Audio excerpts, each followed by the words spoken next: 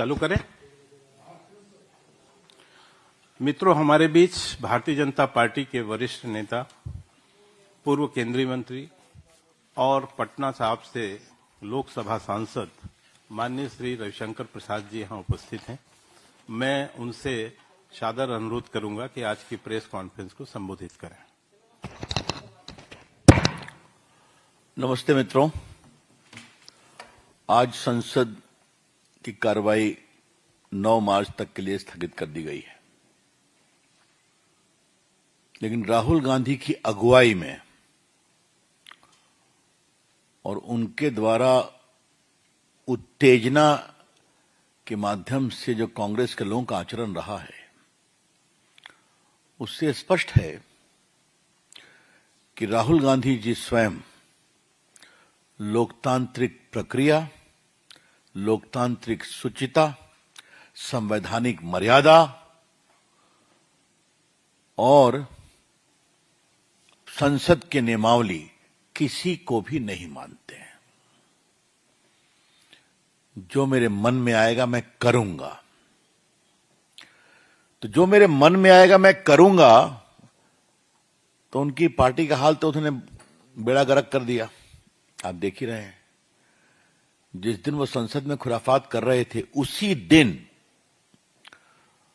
महाराष्ट्र के जिला परिषद का रिजल्ट आ रहा था और वहां भी कांग्रेस पार्टी साफ हो गई, नगर निगम में साफ हो गई। तो अच्छा होता अपनी पार्टी पर चिंता करते, लेकिन यह बहुत चिंता की बात है कि राहुल गांधी का पूरा आचरण अब अराजक हो रहा है। The whole political conduct of Rahul Gandhi is now becoming an embodiment of anarchy. No respect for norms, parliamentary procedure, constitutional propriety or democratic traditions. कुछ नहीं। मैं उनके जो आचरण रहे हैं उसके पहले मैं आपको थोड़ा याद दिलाना चाहूंगा।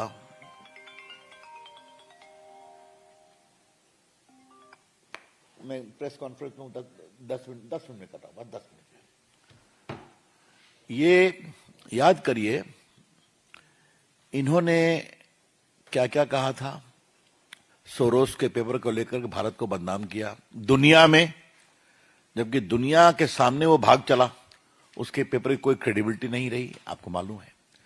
और कौन उसको फंड कर रहा था ये भी आपको पता है, ये भी आपको पता है। हा? तो उसके फंड करने वाले का एंटी इंडिया एजेंडा क्लियर था। अब याद करिए, इन्होंने पेगासिस की बात की थी और मोबाइल को लेकर घुमाया था देश भर में। जब सुप्रीम कोर्ट ने कहा कि जिनको शिकायत है आप मोबाइल दे दीजिए, तो उन्होंने अपना मोबाइल नहीं दिया। याद करिए। थोड़ा पहले जाइए, ये विदेश गए, अमेरिका में, लंदन में, मलेशिया में, सिंगापुर में, जहां जहां गए भारत का लोकतंत्र फेल कर गया है। उनके सारे कमेंट हमारे पास हैं, मैं उसको देकर के विषय को बड़ा नहीं करना चाहता। ये भारत के लोकतंत्र को बदनाम करना विदेश में उनकी आदत बन गई है, और सिर्फ एक कारण है कि वो मोदी जी से नफरत करते हैं। कैसे प्राइम मिनिस्टर बन गए, तो उनको वोट नहीं मिलता तो कोई क्या करे। आपको याद होगा कि इन्होंने एक बार तिमोथी, जो अमेरिका के आए थे डेलीगेशन में 2009 में, इन्होंने क्या कहा था कि terrorism from across the border is less important, but I am more worried about Hindu extremism. याद होगा आपको। चाइना को लेकर इनकी बात रही। सेना के मनोबल को तो हमेशा अपमानित करते रहे। ये बालाकोट का सबूत दीजिए, उरी का सबूत दीजिए, और अभी जनरल नरवणे की किताब पर जब पब्लिशर ने कह दिया कि हमने नहीं छपवाया, हम लीगल एक्शन लेंगे, तब भी ये उस किताब को दिखा रहे हैं। कहां से किताब लेकर के आया राहुल गांधी? राहुल गांधी को यह बताना पड़ेगा कि जब किताब छपी ही नहीं तो from where has he got this book? तो ये अब जरा इधर आइए, इधर के सदन में जिन्होंने काम किया, एक सिख मेंबर जो मिनिस्टर है उसको देशद्रोही कह दिया। उसके बाद स्पीकर साहब को यार बोल दिया, याद होगा उन्होंने प्रोटेस्ट किया।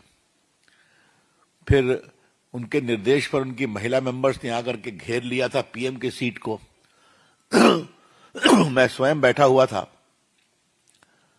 अगर स्पीकर साहब ने मना नहीं किया हो तो वहां कुछ भी घटना हो जाती, जिस तरीके से उन्होंने पूरे पीएम की सीट को घेर लिया था। अब तो सब वीडियो सामने आ गया है। स्पीकर को स्पीकर के चेंबर में जाके इनके लोगों ने बदनाम किया, वो भी वीडियो सामने आ गया। और शाहीन बाग का नाम आप लोग याद होगा ना, जो हुआ था। तो शाहीन बाग की तर्ज पर उसको यहां ला रहे हैं संसद के अंदर। अब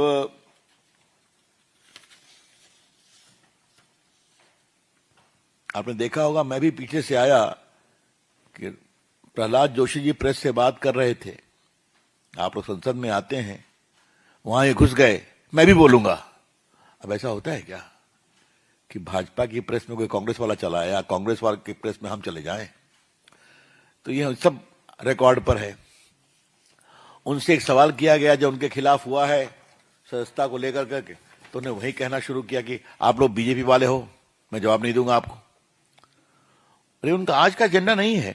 उन्होंने, याद होगा, अपनी एक प्रेस कॉन्फ्रेंस में कहा था कि वो बीजेपी वाले हो, याद होगा ना आपको। मतलब हम लोग आपसे बहुत मिलते हैं सालों से, आप लोग बहुत हमारे शुभचिंतक भी हो सकते हैं, बहुत हमारे आलोचक भी हो सकते हैं, हमने आपका सम्मान किया है।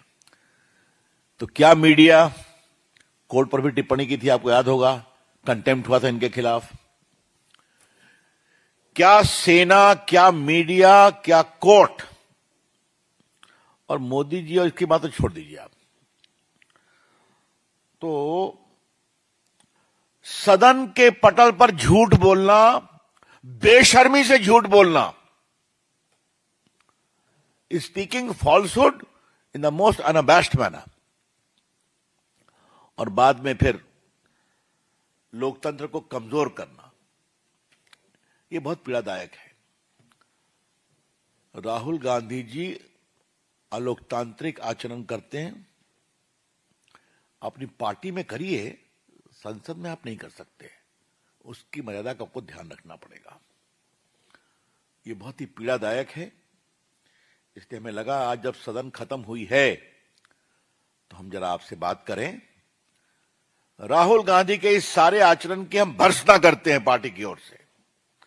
The BJP strongly condemns this rampant, anarchic, undemocratic and politically uncivilized behavior of Rahul Gandhi.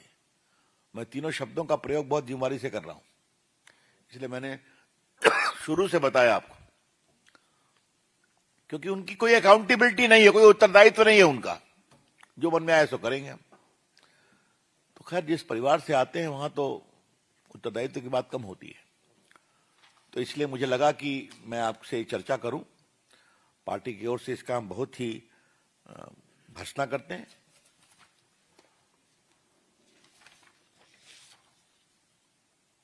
Rahul Gandhi चाहते क्या है? राहुल गांधी न हिंदुस्तान समझते हैं, न हिंदुस्तान की राजनीति को समझते हैं, और ये बात मैं पूरी जिम्मेदारी से बोल रहा हूं। कोई व्यक्ति जो हिंदुस्तान की राजनीति को समझता, वो भारत की परंपरा को इस तरह से बदनाम नहीं करता। आजकल उनका एक फोबिया है संघ।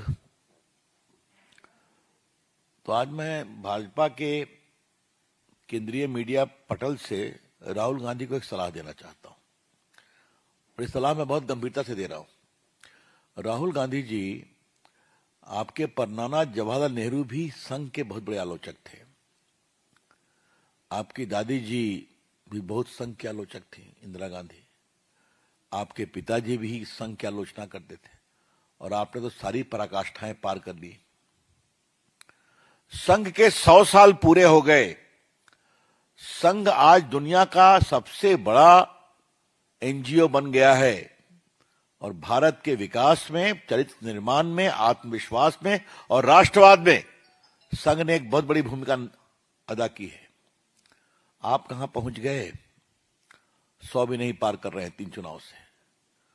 तो कृपया करके देखिए, इतने स्वयंसेवक आज सदन में बैठे हुए हैं और आप कहां बैठे हुए हैं, लेकिन फिर भी बस दिमाग में हर बात में संघ। तो मित्रों, मैं कंक्लूड करूंगा ये बताते हुए कि जिस तरह से वो राजनीतिक परंपराओं, नियमों का उल्लंघन करते हैं, वो बहुत दुर्भाग्यपूर्ण है। वो तो क्षमता से और प्रतिभा से विपक्ष के नेता नहीं बने, एलओपी, लेकिन बन गए हैं तो थोड़ा सीखना तो चाहिए। मैं अंत में अपनी बात कहूंगा कि एक बार मेरा भाषण सदन में इनके बाद था, तो के उस दिन मुझे भी बहुत ज्ञान प्राप्त हुआ। संविधान के ऊपर बहस होने वाली थी 75 साल के ऊपर। तो उन्होंने शुरू किया कि 5-6 साल में बच्चा जवान हो जाता है।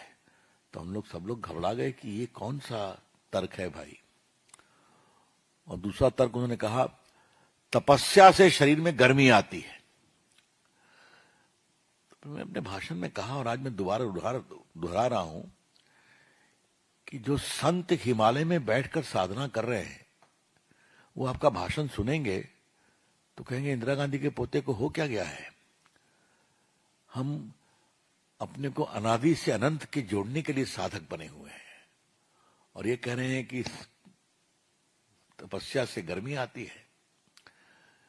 तो क्या भारतीय संस्कृति, क्या भारतीय संस्कार, क्या सेना, क्या मीडिया, क्या कोर्ट, क्या संसद, किसी को नहीं छोड़ते हैं। एक अंतिम बात तुमसे कहनी है, सवाल पूछना है। राहुल गांधी जी, वंदे मातरम को पूरा गाने का नोटिफिकेशन निकला है, आप कहां खड़े हैं बताइए। तृणमूल और सीपीआई और सीपीएम ने तो विरोध कर दिया, आप कहां खड़े हैं श्रीमान राहुल गांधी जी, कृपा करके बताइए। वंदे मातरम पूरा गीत गाया जाए, जिस गीत ने भारत के लाखों आजादी के मतवालों को अपना जीवन होम करने के लिए प्रेरित किया था। राहुल गांधी जी, आप बताइए, वंदे मातरम पूरा गाया जाए कि नहीं गाया जाए, आप कहां खड़े हैं? कि आप भी वोट बैंक की पॉलिटिक्स करते हैं? तो कृपया कर करके फिर जो भी आपकी पार्टी की परंपरा रही है उसका दावा मत किया कीजिए। धन्यवाद। कोई प्रश्न?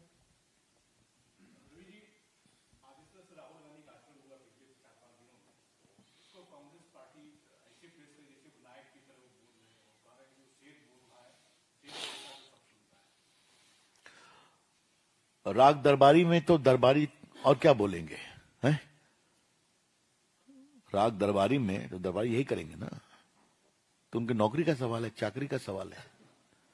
कोई अंदर से देखते हैं कि उनके अगुवाई में पार्टी कहां चली जा रही है।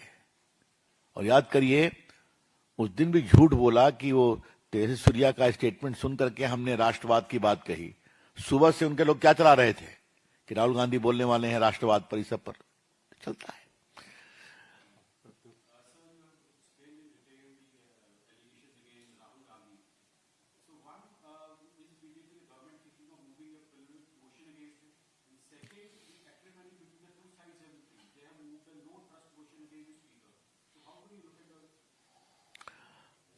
I consciously did not touch that.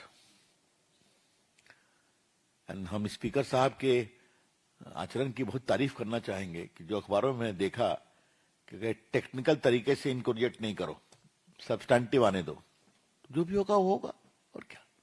निश्चित रूप से वो प्रस्ताव गिरेगा, लेकिन उसके पीछे सोच क्या है? जिसने मेरी बात नहीं मानी उसकी हम खिलाफत करेंगे, चाहे वो स्पीकर हो, चाहे वो कोर्ट हो, चाहे वो सेना हो, चाहे वो मीडिया हो, चाहे वो संत हो। तो जब ये सोच है, एको अहम द्वितीयो नास्ति, तो ये तो समस्या होगी ना। ये कारण है उसका।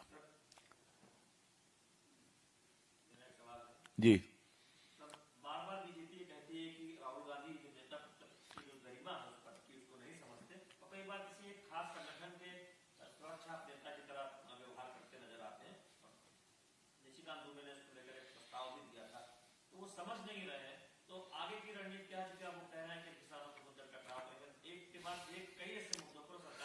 ऐसा है, टकराने में कहां रोकते, राजनीति में टकराओ तो किसी ने मुझे कहा ना कि जो बिटरनेस हो गया, यू सेड दैट,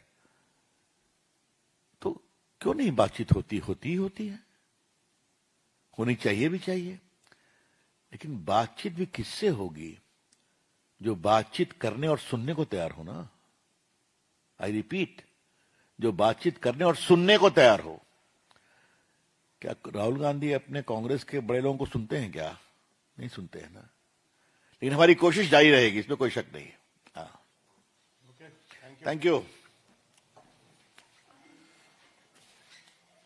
अच्छा भैया, नमस्ते, जरा निकलूंगा।